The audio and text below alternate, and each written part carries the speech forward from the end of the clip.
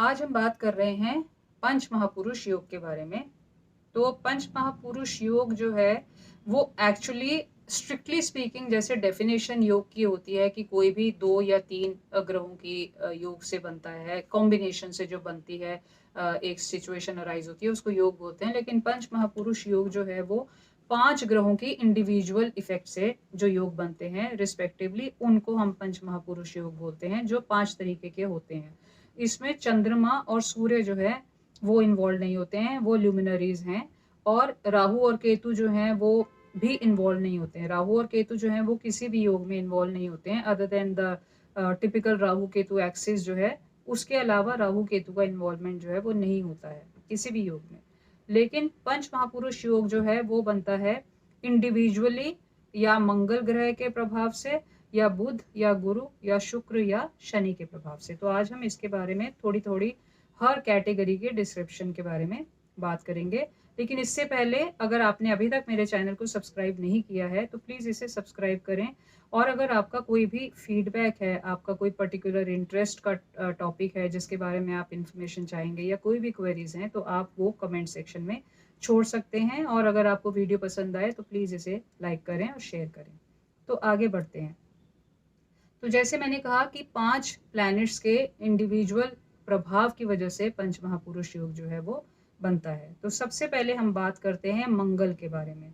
मंगल जब भी बहुत ज़्यादा स्ट्रॉन्ग है और वो उच्च राशि में है, मकर में है या स्वराशि में है, यानी कि मेष या वृश्चिक राशि में है, और केंद्र स्थान में है लग्न से, यानी कि या तो वो लग्न में हो या चौथे, 7वें और 10वें स्थान पे हो। लेकिन लग्न में राशि जो है वो या तो फिक्स साइन हो या मोबाइल साइन हो, यानी कि इसमें आपका अगर मिथुन राशि होती है, कन्या राशि होती है, धनु राशि होती है और मीन राशि होती है, तो ये योग नहीं बनेगा। ये योग बनता है, इन चारों राशियों को हटा दें, बाकी 8 जो राशियां हैं उनमें से कोई लग्न में हो और मंगल जो है या तो उच्च में हो या स्वराशि में हो और केंद्र स्थान पे हो लग्न से, तब ये योग बनता है। और इसके प्रभाव से क्या होता है, जातक जो होता है वो काफ़ी ज़्यादा एक फिजिकल जो एक करेज होती है, डिटर्मिनेशन होती है और स्ट्रेंथ जो होती है वो उसमें बहुत ज़्यादा होता है, और काफ़ी अचीव करता है वो success based on these physical attributes. क्योंकि मार्स की क्वालिटीज़ अगर हम करें, एक बहादुरी, करेज, वैलर जिसे बोलते हैं, करेज है, एक एग्रेशन है, एक फिजिकल एक्टिविटी है, एनर्जी है, वो सारी जो चीज़ें हैं वो एनहेंस होती हैं इस योग में। उसके प्रभाव से जो है इंसान या तो बहुत अच्छा टॉप का वो या तो एथलीट बन सकता है, हाईली सक्सेसफुल एथलीट हो सकता है, स्पोर्ट्स पर्सन बन सकता है, या वो किसी भी डिफेंस में बहुत ज़्यादा किसी भी जैसे मंगल जो है वो सेनापति हैं ग्रहों के, तो ये जो है ये डिफेंस में जा सकते हैं, पुलिस में जा सकते हैं। ऐसी किसी फिजिकल एक्टिविटी जहाँ पे भी बहुत ज़्यादा हो, उन एरियाज़ में ये लोग देखा गया है कि बहुत ज़्यादा सक्सेसफुल निकलते हैं।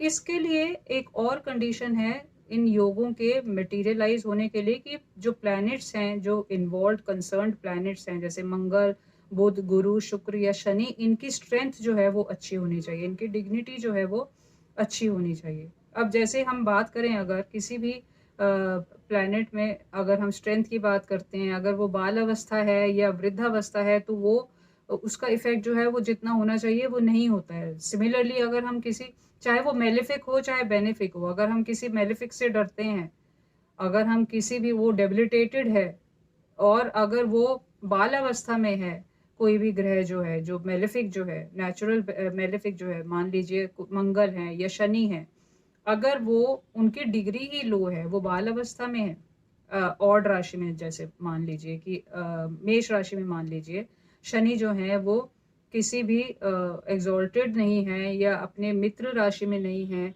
और वो बाल अवस्था में है या वृद्ध अवस्था में है, तो उनका इफेक्ट जो है वो उतना हार्मफुल या उतना एडवर्स नहीं पड़ेगा। तो इसी हिसाब से अगर हम देखा जाए, इनका इफेक्ट इस योग को सक्सीड करने के लिए बहुत ज़रूरी है कि प्लैनेट की स्ट्रेंथ जो है वो बहुत अच्छी हो, मतलब षटबल जो है वो बहुत अच्छा हो। षटबल में भी इस वाले योग में खास करके एक जो वो नेचुरल इनहेरेंट स्ट्रेंथ जो है वो तो नेचुरली होती है, वो इतनी ज़्यादा इम्पोर्टेंट इसमें नहीं है, लेकिन प्लैनेट की पोजिशनल स्ट्रेंथ, स्थान बल बहुत ज़रूरी है, काल बल बहुत ज़रूरी है, दिग्बल डायरेक्शनल स्ट्रेंथ इसमें अच्छी होनी चाहिए, और चेष्टा बल जो है मतलब जो मोशनल स्ट्रेंथ होती है, ये सारी जो स्ट्रेंथ हैं एटलीस्ट ये चारों स्ट्रेंथ जो हैं ये प्लैनेट की अच्छी होनी चाहिए, डिग्निटी प्लैनेट की अच्छी होनी चाहिए। तो ये था रुच का बल। इसके बाद हम बात करेंगे भद्र योग के बारे में। भद्र योग बनता है बुध से। बुध अगर उच्च हैं, यानी कि या तो कन्या में है या फिर स्वराशि में है, मिथुन या कन्या में है, और लग्न से केंद्र स्थान पे है, लग्न से केंद्र स्थान पे है और डुअल साइन में है, यानी कि द्विषभाव राशि में है, यानी कि या तो मिथुन में हो या कन्या में हो या धनु में हो या मीन में हो, और उच्च हो या स्वराशि में हो और केंद्र स्थान पे हो लग्न से, तो ये भद्र योग बनता है। और बुध के प्रभाव से, भद्र योग के प्रभाव से जातक जो है वो बहुत ज़्यादा लर्निंग के ऊपर बहुत फोकस होता है, स्क्रिप्चर्स के ऊपर बहुत ज़्यादा फोकस होता है। आप एस्ट्रोलॉजी में काफ़ी ज़्यादा इसमें इन्वॉल्व हो सकता है कि आप बहुत अच्छे ऑकल्ट साइंस में आपका बहुत ज़्यादा इंटरेस्ट हो जाए, आप बहुत ज़्यादा आपकी इंटेलिजेंस जो है वो काफ़ी ज़्यादा होती है। तो जहाँ पे भी, या फिर सॉफ्टवेयर में आप जो है जिस भी फील्ड में आप जाएंगे, जो भी बुध से रिलेटेड फील्ड है उसमें आप पहुँचते हैं, बहुत सक्सेसफुल होते हैं, लेकिन अपने एफर्ट से होते हैं। इसमें जैसे अगर हम गुरु का देखें तो वहाँ पे लक फैक्टर भी बहुत होता है, लेकिन इसमें आप अपने एफर्ट्स से होते हैं, आपके एफर्ट्स जो हैं इसमें सक्सीड करते हैं। सबसे बड़ी बात ये होती है भद्र योग में। इसके बाद हम बात करेंगे हंस योग के बारे में। ये होता है गुरु के प्रभाव से। जब भी गुरु उच्च हैं, गुरु उच्च कब होते हैं? गुरु उच्च होते हैं कर्क राशि में या फिर स्वराशि में है, यानी कि धनु या मीन में हो। और वही कंडीशन है यहाँ पे भी कि वो केंद्र से लग्न से केंद्र स्थान पर हो, लेकिन यहाँ पर जो है वो सिर्फ चर राशि हो या फिर द्विषभाव राशि हो। इसमें जो स्थिर राशि हो वो नहीं होनी चाहिए लग्न में, यानी कि इसमें वृषभ राशि नहीं होनी चाहिए, सिंह राशि नहीं होनी चाहिए, वृश्चिक नहीं होनी चाहिए और कुंभ राशि नहीं होनी चाहिए लग्न में। बाकी आठों जो राशियां हैं, यानी कि चर राशियां जो भी हैं और द्विषभाव राशि जो भी है, वो अगर लग्न में हो और गुरु जो है वो या तो एग्जॉल्टेड हो या अपनी राशि में हो और केंद्र स्थान पे हो, तो ये योग बनता है।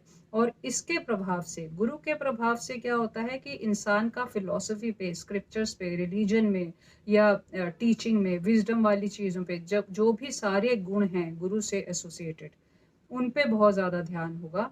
हालांकि एक इसमें लक फैक्टर जो है वो काफ़ी ज़्यादा होता है, किस्मत भी बहुत अच्छी होती है और बहुत ज़्यादा सक्सेसफुल होता है वो, स्पेशली जहाँ पे भी नॉलेज इम्पार्ट करने वाला जो फील्ड होता है, जो ज्ञान देने वाला जो भी फील्ड होता है, वहाँ पे जहाँ तक बहुत सक्सेसफुल होता है।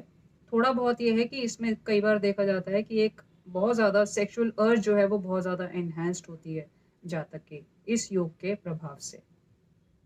इसके बाद अगला योग जो है वो है मालव्य योग। ये बनता है शुक्र के प्रभाव से, यानी कि शुक्र जो है वो उच्च हो।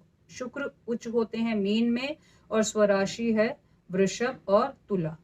तो ये तीनों कंडीशंस अगर शुक्र की हों, इन तीन राशियों में से किसी में हों और लग्न से केंद्र स्थान में हों, और सारी राशियां हैं, इसमें कोई भी रिस्ट्रिक्शन नहीं होती है, कोई भी राशि लग्न में हो सकती है, तो शुक्र के प्रभाव से शुक्र जो है यहाँ पे बहुत ज़्यादा उच्च माने जाते हैं और ये मालव्य योग जो है ये फ्रक्टिफाई होता है। और सेम कंडीशन इसमें भी होती है कि या तो इन सारे योगों को सक्सेसफुल होने के लिए बहुत ज़रूरी है कि जैसे मैंने बताया कि स्ट्रेंथ जो है वो ग्रह की, पर्टिकुलर ग्रह की, चाहे वो मंगल हो, बुध हो, बृहस्पति हो, शुक्र हो या शनि हो, इनकी जो ये षटबल जो है ये तो अच्छा होना ही चाहिए, स्ट्रेंथ जो है वो अच्छी होनी ही चाहिए। इसके अलावा जो नेटल चार्ट में स्ट्रेंथ के अलावा नवांश में भी स्ट्रांग होना बहुत ज़रूरी है। अगर नवांश में ये ग्रह वीक हैं तो फिर ये योग जो है ये कैंसिल हो जाता है, या अगर साथ में चंद्रमा या सूर्य आ जाते हैं तो भी ये योग जो है ये कैंसिल हो जाता है। चंद्रमा का और सूर्य का कॉम्बिनेशन नहीं होना चाहिए और नवांश में पोजीशन स्ट्रांग होनी चाहिए। तो शुक्र के प्रभाव से इंसान जो है वो बहुत ज़्यादा ग्लैमर की और ब्यूटी से जुड़ी हुई चीज़ों में अपना बिजनेस जो है वो बनाता है, पैसा काफ़ी आता है, ऑपोजिट सेक्स में काफ़ी ज़्यादा इंटरेस्ट होता है और स्पेशली थिएटर के फील्ड में, आर्ट्स के फील्ड में और ब्यूटी रिलेटेड कॉस्मेटिक्स इंडस्ट्री में, या आप अगर देखेंगे जैसे जो स्किन स्पेशलिस्ट होते हैं आज की डेट में, वो वैनिटी का काम हो गया है। और अगर हम डेंटिस्ट भी देखते हैं, जो भी वैनिटी के लिए करते हैं, जो एक वो कॉस्मेटिक वैल्यू को एनहांस करते हैं, वो सारे डॉक्टर्स जो हैं वो भी इस फील्ड में आ जाते हैं। तो ये बहुत ज़्यादा सक्सेसफुल होते हैं ब्यूटी और ग्लैमर से रिलेटेड चीज़ों में, ब्रांड्स बड़े बड़े जो हैं उनसे रिलेटेड चीज़ों में, they will reach the highest heights in these professions. तो ये शुक्र के प्रभाव से होता है। और जैसे मैंने बताया कि ऑपोजिट सेक्स में इन लोगों का काफ़ी इंटरेस्ट होता है, फाइन वाइन और डाइन में इनका काफ़ी ज़्यादा इंटरेस्ट होता है इस योग के चलते। और फिर आखिरी जो है वो शनि के प्रभाव से जो होता है वो शश योग जो होता है, इसमें उच्च में शनि जो हैं वो होते हैं तुला राशि में, और अपनी राशियां जो हैं शनि की, जैसे कि मकर और कुंभ, इनमें हो पोजीशन। और इसमें भी द्विषभ भाव राशि जो है वो नहीं होनी चाहिए लग्न में, यानी कि मिथुन राशि, कन्या राशि, सिंह राशि, धनु राशि और मीन राशियां नहीं होनी चाहिए। मिथुन, कन्या, धनु और मीन, ये चारों राशियां जो हैं ये लग्न में ना हो। और शनि जो हैं वो या तो उच्च में हो, तुला में हो, या अपनी राशि में हो, मकर या कुंभ में हो, और किसी केंद्र स्थान पे हो, तो ये बनता है। और इसके प्रभाव से जातक जो है वो काफ़ी सक्सेसफुल होता है शनि से रिलेटेड बिजनेस में। अब वो हैवी इंडस्ट्रीज हो सकती हैं, वो मेटलर्जी हो सकता है, वो कंस्ट्रक्शन बिजनेस हो सकता है, वो सीमेंट वगैरह जो भी, या फिर वो फैक्ट्री से रिलेटेड बिजनेस हो सकता है, मशीन से रिलेटेड बिजनेस जो है वो हो सकता है, मेटलर्जी जैसे मैंने कहा वो हो सकता है, जो भी शनि से रिलेटेड बिजनेस है वो हो सकता है। इस योग के प्रभाव से भी जातक जो है वो थोड़ा बहुत इंटरेस्टेड रहता है इन extra marital affairs.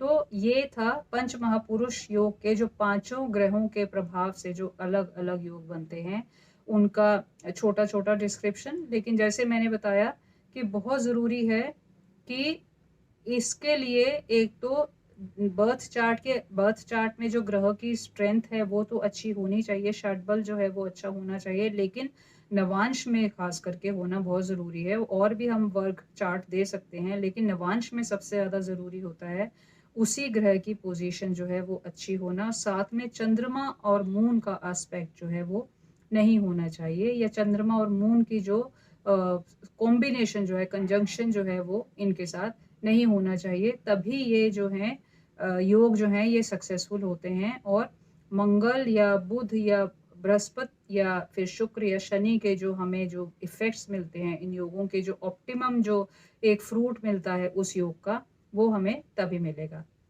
I hope आपको ये वीडियो पसंद आया होगा, और अगर पसंद आया है तो प्लीज़ इसे लाइक करें, और हम मिलेंगे जल्दी ही एक ऐसे ही इंटरेस्टिंग सब्जेक्ट के साथ बहुत जल्दी।